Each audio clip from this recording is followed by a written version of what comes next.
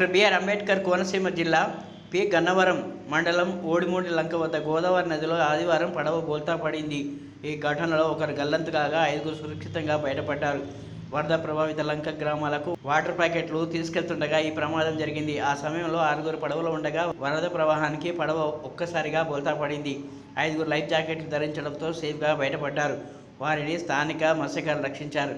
Life jacket ధరించని ఒడిమూడికి చెందిన వినయ్ కుమార్ అనే యువకుడికి నదిలో గల్లంతయ్యాడు. అతని కోసం పోలీసులు, రెవెన్యూ అధికారులు గాలింపు చేపట్టారు.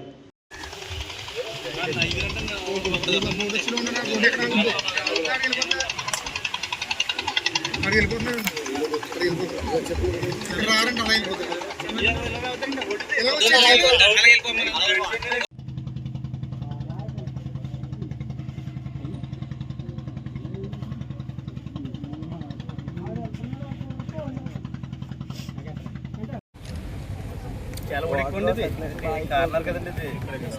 ఇది బాగా ఓడిపోయింది.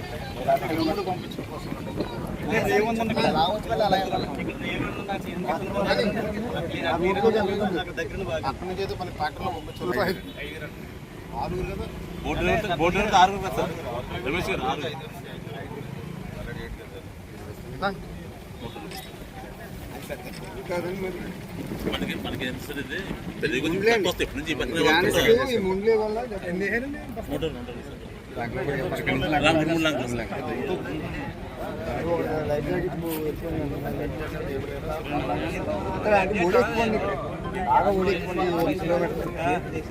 ఏ ఊళ్ళో ఇక్కడికి